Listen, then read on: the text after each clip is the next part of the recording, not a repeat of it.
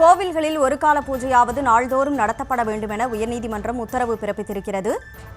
கூடுதல் விவரங்களோடு செய்தியாளர் மதியழகன் இணைப்பில் இருக்கிறார். மதியழகன், இந்த வழக்கு யார் தொடுத்தது? வழக்கு தொடர்பான முழு விவரம் என்ன?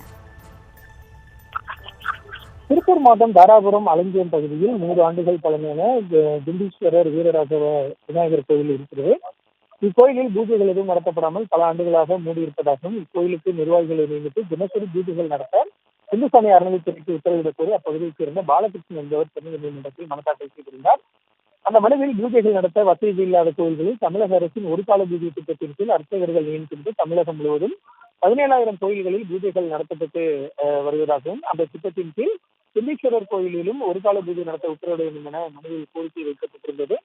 இந்த வழக்கை நீதிபதி டி பரத சக்கரவர்த்தி மீது விசாரணை கண்ட பொழுது மூடியிருக்கும் ஆலங்காயம் திண்டீஸ்வரர் திருக்கோயிலை திறந்து தினமும் ஒருவேளை பூஜைகள் நடத்துவதற்கான அனைத்து நடவடிக்கைகளும் எடுத்து வருவதாக இந்து சமய அறநிலைத்துறை சார்பில் தெரிவிக்கப்பட்டது. இதனை பதிவு செய்து கொண்ட நீதிபதி பக்தர்கள் தங்கள் வேண்டுதல்களை வைக்கும் வகையில் பூஜை நேரங்களில் கோயில்களை திறந்தே இருக்க வேண்டும் என்றும் கோயில்களில் தினமும் ஒரு பூஜையாவது நடத்தப்பட வேண்டும் எனவும் இந்து சமய அறநிலைத்துறைக்கு உத்தரவிட்ட நீதிபதி இந்த வழக்கை முடித்து வைத்தார்.